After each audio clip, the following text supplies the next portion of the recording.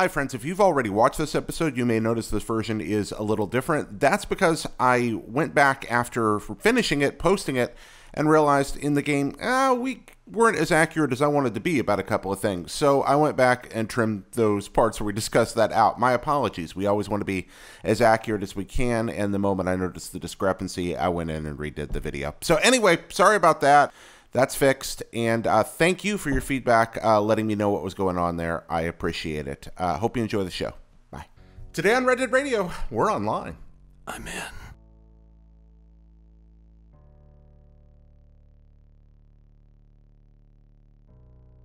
I'm gonna hack the internet with my Red Dead. I'm gonna be a cowboy hacker. Hacker man. I'm a hacker man. I'm a hacker cowboy. Exactly. It's a Unix system. I know this.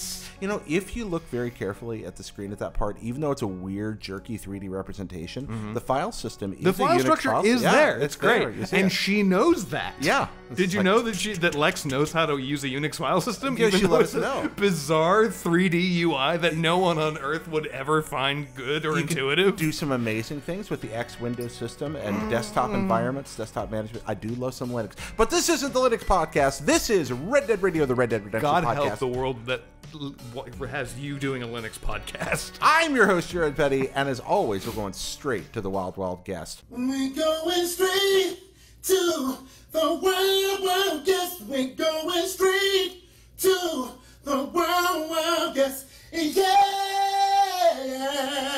Howdy. Hey, he's back. Ladies and gentlemen, it is he, the Stalker Channing of Red Dead Radio. Special guest star John Ryan. Special guest star John Ryan. Howdy, welcome back. All right, let's stop with the banner right here and jump into the thank yous. First off, we want to thank Jonathan, Stuart Ferguson, and Tom Bach, Patreon producers, whose generous support makes this show possible. We want to thank our friends over at US Gamer, who partner with us on this show. Hey, guess what? You can find my videos in their text. You can find their wonderful text wrapped around No way. my videos. That's right. US That's Gamer. awesome. Indeed. USGamer.net. They write wonderful articles, guides, at all, etc. about all kinds of stuff in the video game sphere, including some really great features on Red Dead Redemption. I would have never guessed. No, surely not. Never. Wonderful folks over there. But yeah, go check them out. You can find them at usgamer.net or at usgamernet on all the various socials at all, etc. Proud to partner with them. And finally, we are sponsored this week by Neebs Gaming, but we'll get to that in a little bit because it's time to talk about Red Dead Redemption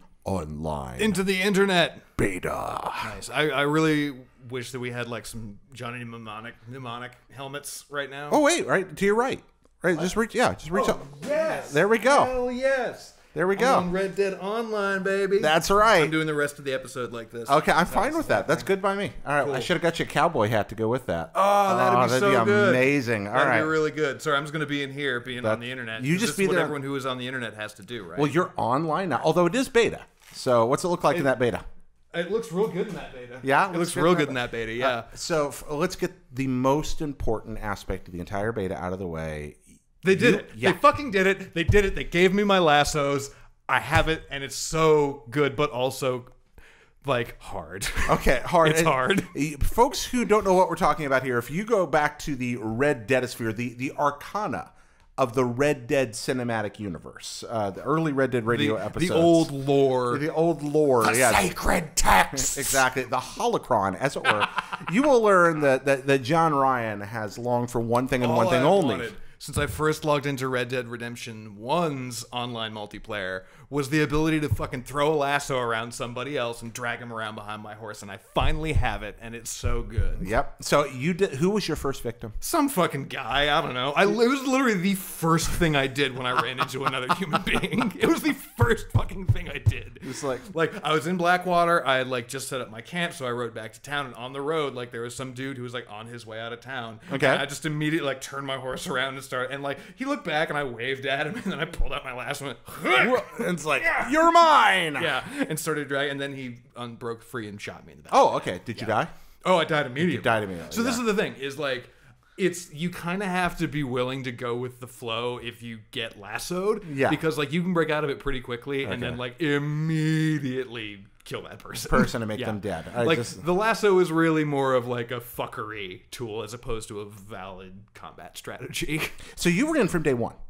Yeah. I started we're recording this Wednesday evening. Yep. I started first. It's 5:30 in the morning yesterday. You just jump right in Tuesday I did, morning, yeah. I waited until 6 to let give the service time to warm up. All right, I jumped right in. Drink and let your coffee warm up, I imagine. No. Now, have you slept in the last several weeks? I've sat very still with my eyes open for extended periods of time. So I was playing it Tuesday as well. So you've been very quickly, folks here are experiencing it for the first time or are about to. Yes. At the time they're watching this. What are you happy about going into it? What do you like? It's really a great sort of version of the single player world, but with friends. Okay. Like at its baseline, it's just here's this big beautiful world that we've built for you to explore on your own, but now your buddies can come and dick around with you as well. And like that's ultimately my biggest takeaway from this is the sort of chicanery that comes with that. And it was kind of unfortunate because like I only get to start playing with friends this morning. Okay. Because of the way that my internet connection is set up at my house, i.e. I have Comcast and it's shitty. I was having a lot of connection issues yesterday, so I couldn't necessarily connect with people. And even if I was able to very briefly, I would just kind of get booted. And I felt bad then asking more people to try. So I was just like, all right, well, I'm just going to play on my own for today. And it was still really fun. Yeah. But it very much so kind of really clicked into place this morning when I started playing with people for an extended period of time. Oh, really? What did people do to make the difference? So if you're playing it solo, like it's not that it's not fun. It is just, it feels sort of like I don't want to say watered down, but it's a more simplified version of the world in single player. Right, because there's still the story missions, for example. There's actually a story to take you through the multiplayer. Which I think is super cool. Like I really liked the heists update and the Doomsday Heist and all of the like sort of narrative focus that they gave GTA Online in the later years. I thought it was super interesting. And I'm glad to see that they're taking that on from the jump with this. I'm about 75% of the way through the main story stuff right now. I've not had the time or the ability to crash all the way through it because I'm working on a bunch of how-tos and guide stuff over at IGN.com. You can check out our wiki if you're getting stuck on stuff. But I lost my train of thought. That's okay. No, I got it back.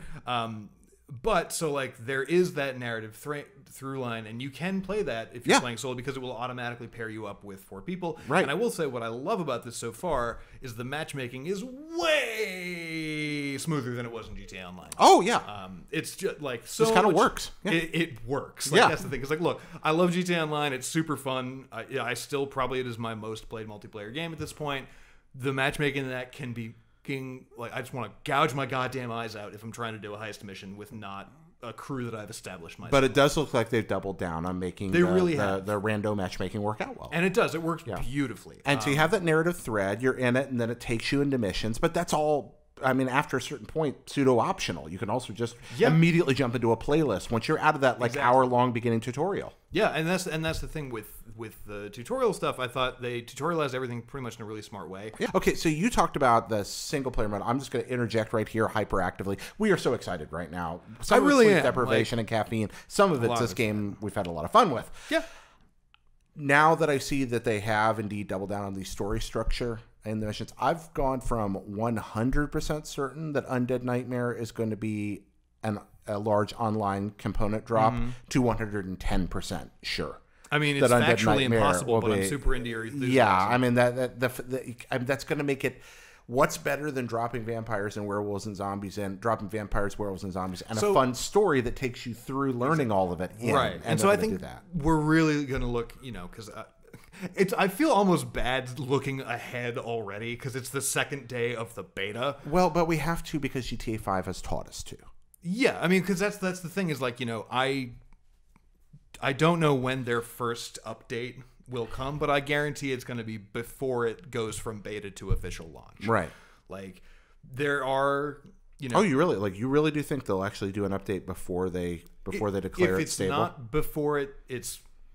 If it's not before it goes out of beta, it will be when it goes out of beta. There will be a content. Yeah, I'm trying to figure out. I'll be very surprised if they don't. I'm wondering if they're going to do a Christmas drop or not. I meant to look up whether or not they did the Christmas drop for GTA 5 the first year or not. I don't remember. I think they did. I think that was the very first update for GTA. Yeah, was the that first the holiday update for GTA Online was the Festive Surprise. The Festive Surprise, that's right. Yeah. Oh man, and here's the thing: even if they don't in Red Dead, I'm 100% like I still if I don't get a chance to play GTA Online at any other time during the year, I always play for the Festive Surprise. Yeah, always, every single year. Expound. You take a car, you drive it up to the top of a mountain, you pop the tires, and then you just let it go down the mountain. And now you can take a horse up to the top of the mountain. Maybe I can. Pop the shoes. And no, I can't pop. You can't. That's just killing your horse. What if you put it on a sled? Don't shoot your horse in the. Do not shoot your horse in the feet. Oh, what'd you name your online horse? Alpo. Mine's Zach Ryan. So, who are you online? I'm me. You're me. You're John Ryan. Is that your name?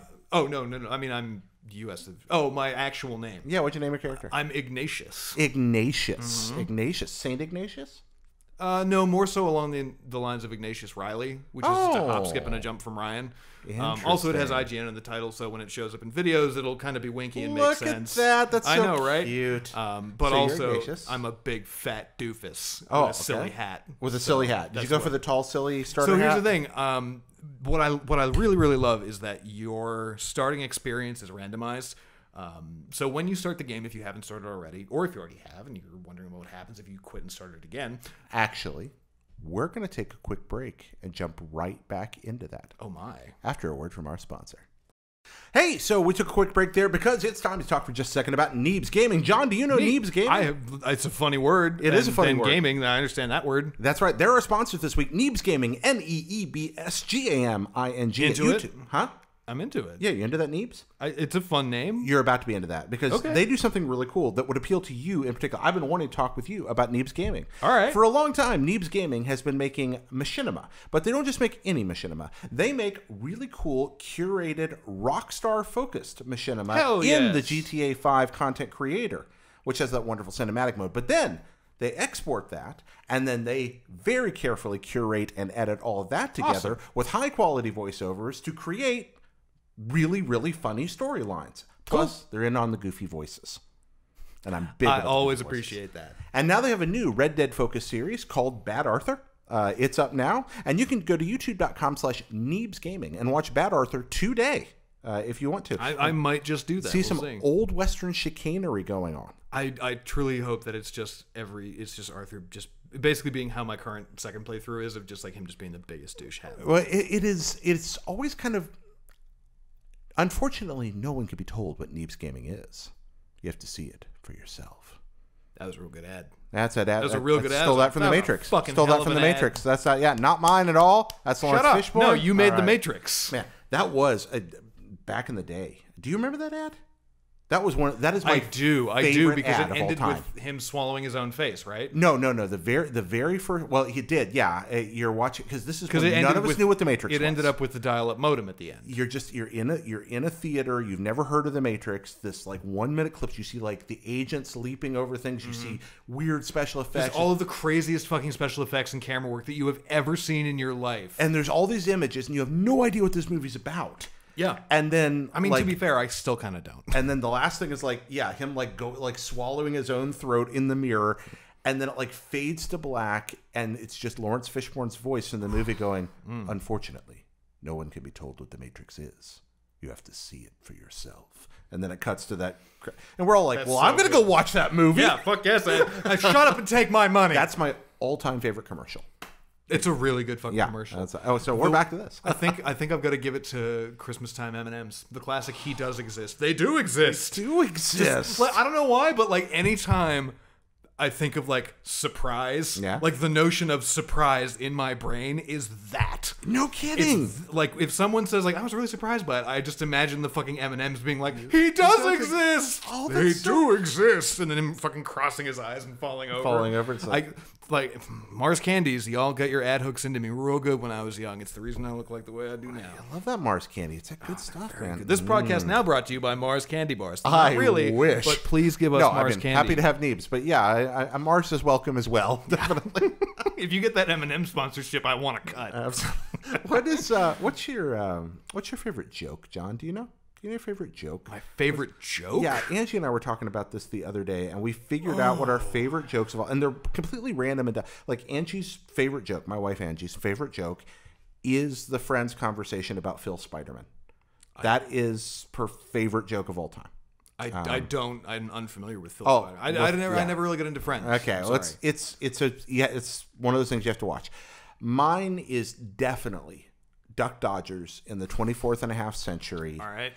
Pointing the disintegrator at Marvin the Martian and going, I've got my disintegrator. And when it disintegrates, it disintegrates. And he pulls the trigger and it falls apart in his hand. Yep. And he just goes, well, what do you know? It disintegrated. I don't know why I think that's so funny, but I do. I think it's a tie between two for me. Okay. The first one that comes to mind is, do you ever watch the show Police Squad? Oh, yeah. Okay. If you haven't seen it, please find a copy of it and watch it. It's an old show from the late 70s, early 80s with Leslie Nielsen. If you've seen the Naked Gun movies, they're based on this show. Right. And there's a part where, every episode ends with a freeze frame, but it's not a freeze frame. All the actors just stop moving. It's very well done. Their eyes keep moving around. But no, my favorite thing is... You get tickled just thinking about it. I do, because it's so good. It's one of the best jokes ever written. The bad guy's like in his office, whatever, and he like turns around to see Leslie Nielsen having snuck into his office, and he goes, "Who are you? And how did you get into here?" And he goes, "I'm a locksmith, and I'm a locksmith." And I'm just like, that's a really good joke. So good. It's so good. Okay, so after that insanity... Where were we? We were talking about Red Dead Online. We're going to talk about the character creator and about the process of creating a character and the kind of unique track you're taking through in that. Yeah, I mean, what I always like about Rockstar stuff is that they try and find, interesting ways to put you into very classic video game scenarios, like tutorials, character creators, stuff like that. And I always think that the notion of just like an inmate being sent off to prison is a good way to do that, because like, oh, it's just like, get ready for your fucking mugshot. Like I think we've seen a good trend of that in the last few years.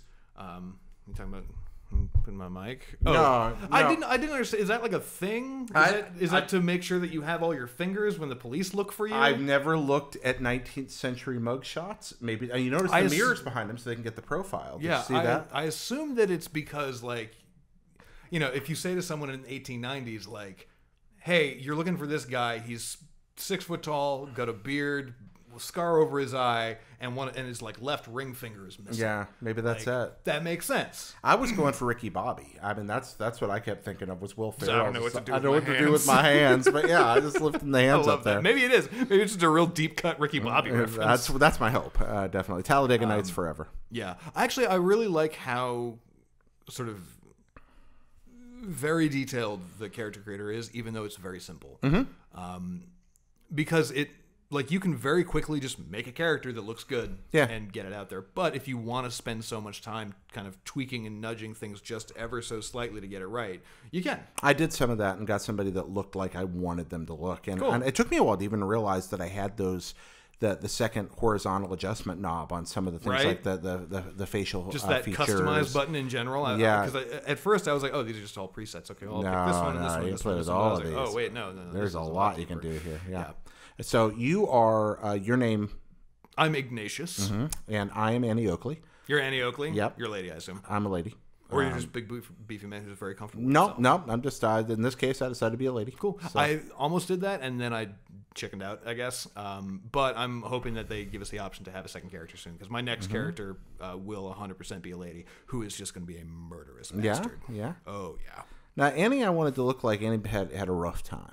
So I imagine that would be pretty simple. Well, it is, because Rockstar, and this goes back to GTA 5's character creator, it is fairly easy to create somebody that looks like they've been through something. There's definitely... It's very easy to make a character who's been hit by the ugly shovel. But I think that some of that's ugly and some of that's realism too, especially looking at 19th century life. I mean, I like the fact that even the best teeth are yellow, for example. Yeah, and also like weirdly spaced and broken. Yeah, because it's just like, oh yeah, that's just how it was. I also like the notion that like I have the option to have 0 fucking teeth at all. Yeah. Did you gum? No, I'm a normal person with good teeth. And you're going for those teeth. Yeah. All right, I like regular teeth. Yeah. So. Almost went gilded, but I didn't. Yeah, I didn't try to push it to the edges of what's possible. I didn't go and see. You didn't make a monster. Yeah, can I create a Ninja Turtle? Can I create? You can. Okay. I mean, you can make some ugly fucking people. Yeah. But you can't make. But nobody's found the magic formula. I mean, this is the thing: is like I still to this day will say that the best character creator in any video game is Saints Row 4. Mm-hmm. Like, because you can make fucking anything. Mm-hmm. Like, it's right up there with like the PS2 wrestling games. But can you make Army Hammer?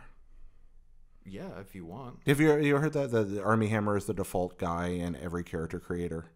Like, interesting. That's what he looks really like. Funny. Yeah. He's just that's actually no. But so for Saints Row 4, for our walkthrough videos, Nolan North was one of the voice options. So of course I'm going to pick Nolan North, my voice option. But then I spent like half a day making my character just look like Nolan North and got it there. I think I did pretty fucking good. Oh, I can't wait to see a picture. Where can I see a picture of this? You can go to IGN.com to our Saints Row 4 walkthrough. Or no, Saints Row 3, I think see you and Nolan North. Like, yeah, it was whichever one of those two games. I love that you compared it to a PlayStation 2 wrestling game character creator. Those are the best character creators. I'm with you. Anything where I can make an accurate representation of a human being and then literally a fucking space alien that has zero similarity to anything resembling mankind. That's great. I feel like there's probably like obviously PCs have this capability, but with things like Mugen and stuff like that, where you can go and make elaborate fighting games. But I do think there's got to be like a niche market out there somewhere for going back to that school of thought with things like Fighting Vipers and Fighters Megamix that Sega went into, where it's like, here's a man fighting a NASCAR race car, like in a 3D fighting game. Right. Maybe we can bring that together. But that's not Cowboys. Let's go back to the character creator. Yes, let's go back to the Red Dead character creator. We'll make an entire other show about fighting NASCARs with fists. Okay. But no, and so yeah, I like the character creator the way they set it up. I found a fun tip that haven't been able to like really confirm. Ooh. But based on my experience, because I rolled through the startup and character creation twice. Mm-hmm. I think depending on so you can pick your whistle. That's like sort of the choice you have in how you're going to sound in the world, because you don't talk. Yep. As with GTA Online, your character is essentially mute. Mm-hmm. But you do hear yourself make noise a little bit and even say something resembling words once in a while. Mm-hmm. When you're riding your horse, like trying to get it to go fast, like, yeah, giddy up, stuff like that. Yeah. And I believe that the pitch of your whistle, whatever you choose, you can choose like a style. So like, or like all that kind of nonsense. I'm not good at whistling. I'm sorry. As Larry McMurtry reminds us, some can whistle. Some cannot. Famed Western novelist Larry McMurtry. Anyway, back to this. Yes, I know that person. I definitely don't know who that is. Oh, Last Picture Show, Lonesome Dove. Got nothing for you, sorry. Oh, man, this is some John Ryan stuff right there. All right, I'll look into it later. You need to read Lonesome Dove. Okay. Whew. All right, let's continue. So anyways, when you pick your whistle, you have the ability to choose the pitch and the clarity. Right. And I believe those two things also affect the tone of your voice. Because when I first did my first character, I picked like a relatively high-pitched whistle and a very clear tone because it sounded good. It sounded like if you put your fingers out and give it a real good whip. But my character's voice, when he was like, yeah, yeah. Oh, no kidding. And so it might be synthesized? Do you think I did it again and left everything down the bottom. So he... Sneezing on mic, always good. Sneezes, good job. Sorry about that. So when I did it the second time, I left the pitch all the way down with the clarity all the way up. And now he's going to very more like, yeah, yeah.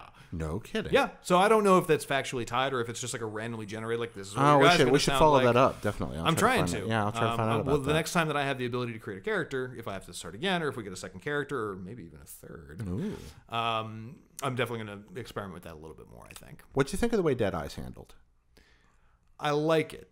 It is tricky to get used to after single player, right? Because it's very quick description for people that are not aware. Quick description. Deadeye now is less about slow motion aiming and that kind of shit, because that wouldn't work in multiplayer. Right now, it is buffs to your. So like, I have the Deadeye card that gives me extra damage while I'm in Deadeye. Yep. I highly recommend for at least your first few levels. That's the one that you choose to play with, because it's great. It makes hunting way easier, which makes earning money way easier. And it's not just for you; it's for your teammates as well. Yes, if you're in a posse, it also boosts your posse. The one bummer is that it doesn't stack. So if you use it and your friend uses it, you're kind of all wasting. Well, I'm imagining everybody going Super Saiyan on their Deadeye at the same time. But like that would also be group. But like, what would they do that on? Do you know somewhere out there's a development build where that was enabled? Course, yeah. I mean, the thing though is like, what's the point? Because like, it's not gonna take a bunch of bullets to kill a single guy. Like, no, but it might take a bunch of bullets to kill the legendary Uber Bear. I've yet to run into one. No, but I'm sure one day you will. Fingers crossed. In these legendary Uber Bear I just really want to. When it's legendary Uber Bear week. Yep. Okay. Then that's. I mean, there's going to be something like that. Oh, for sure. And I think we're definitely going to see sort of themed content packs. For what I would call like other activities in the world. Of course, and I welcome that. I look forward to that kind of stuff. I wouldn't be surprised if we see like a High Rollers one for introducing like table games. Okay, there we are. Introducing. Let's go to that because that's been part of the overall narrative that I've been reading so far this week. Very few folks have got their hands on this relative to the overall game playing population. Most people seem to be enjoying it, but there's been a lot of talk about, I expected this single-player feature to be there, or I expected this GTA 5 feature to be there. What are some of the places you see them building out on top of what's already there? Yeah, building on top of it. Well, I think it is very possible that we will see a bunch of additions. I also think it's very possible that we'll see none at all, aside from like additional missions or a story structure later on. Really? You'd say? No, I don't think realistically like we won't see anything new, but I don't necessarily think it's impossible to imagine that in the next, say, 6 months, we'll have a bunch of new activities and doodads added in. Especially since we're still in beta. We don't know when the beta is going to end. We don't know when the official launch is going to be. But that being said, I think I would, like I said, I think a table games, like a High Roller or a Gambler pack would make sense. So you can play poker with your friends, so you can play blackjack, so you could play... I don't... Liar's Dice isn't part of the... It isn't part of the game at this point. But arm wrestling was in the first one, so if you want to arm wrestling, Liar's Dice, but again, Liar's Dice could make an online comeback too, because that was very popular. The other one I would see would be, a hunter's pack. So legendary animals show up, and then you can craft like coonskin caps or foxtail or foxskin, buckskin jackets and vests and stuff. I wouldn't be surprised if eventually we see the Trapper show up because he's not in there now. Yeah. If you're searching for him, don't bother. And then on top of that, what I am expecting for sure is eventually, this could be anywhere from 6 to 8 months down the road to a year or more on the Ballad of Gavin. The Ballad of fucking Gavin. Yeah. Do we know when this is set? Do you know what the year is for online? I haven't seen any reference to it, so I would assume it's kind of generic 1900-esque. Okay, so I mean, it's either timeless or like I don't know if it does the thing. I'm guessing for the farther ahead in the future you go, the more you open up around that period. Like if you jump to 1911, you open up airplanes and things like that. So I think that's it's before. I want to say it's doing the GTA thing, where it's before the single player campaign takes place. Oh, really? Well, so that would take that. No, it is. It definitely is because I ran into somebody. Oh, but I'm not going to say who it was. Okay, all right. Because that would be a spoiler. Okay, well, we'll talk. But about I ran into somebody who definitely would not be around after you finish the end well, of there the we campaign. are. It's like, so it takes place before. Thanks for going on that journey with me. No problem. Happy to go there. But that surprises me again because I really was expecting several elements of a lot happened between 1899 and 1908. Yes, but at the same time, 1911, pardon me. Spoilers softly for the story mode. It's been a month now. Play the game, but it's a lot of time passes in the story. In the story of Red Dead, right? That's true. Like the game ends and it's. Right, yeah. The game ends. It's 1900 far along. It's 19. And again, that's I think online will adapt to that. Why lean into history when you can have fun? Well, I mean that's the thing too. Where I feel like there will be a bunch of sort of focused. This is sort of what I was tying into what I was going to say a minute ago as well. Like there will definitely be down the road, though who knows how long, very focused like story packs, not necessarily adding a bunch of new stuff. Yeah. Like, probably maybe weapons. I don't know. I feel like flipping through the catalog, we've seen all of the weapons. Like, I don't think they're going to add anything new in on that front unless they decide to add new historical era weapons. I think we'll see a Lamont revolver eventually. That was omitted from between the first game and the second. It's a really neat weapon. I imagine they'll eventually. I think it was left out because it would have been ridiculously hard to model compared to the other guns in the game. Yeah. Because they use that system where everything's a moving part and it's a gun with a revolver barrel and a shotgun barrel and independent actions for each, and making that fit in the hand. I started to think that Red Dead people have slightly elongated hands to fit the guns, like so that they could make that. So I've noticed people's hands are very large. I started with a discussion of big gloves, but I started looking at hands, and people have big hands in Red Dead. Why is big hands important to them? Because you have to be able to articulate pulling the trigger, pulling the action. All those mechanical gun parts they built in for every firearm require from an a lot of room to move in animation. I think that may be why people look that way. Oh, for sure, maybe. Yeah.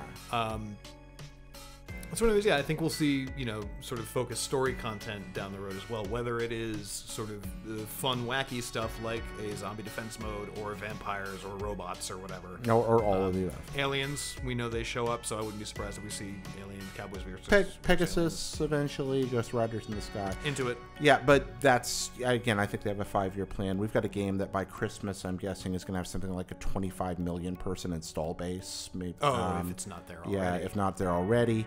So you figure even if they only get 10% to hang around, that's 2.5 million players that are invested in your live service game.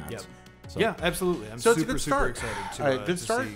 Oh, 100%. I'm super stoked to play more of it this week and throughout the rest of the beta, and really also just to see where it goes over the next few months, years, and beyond. That's what we're here for at Red Dead Radio. Yes, it is. So we're going to be talking about those things as they happen, as they unfold in front of us. I hope you all enjoy playing. I'd love you to write at mail@reddeadradio.com. Let me know if you're enjoying the beta when you get in. Let me know how those experiences went for you there. We'll continue covering this. You can look forward next week to more news on the beta and more in-depth experience. You and I'll have to play online together some. Yeah, you still owe me the first game session. Damn whatever. I know. I'm very bad at running a show. Y'all know this by now.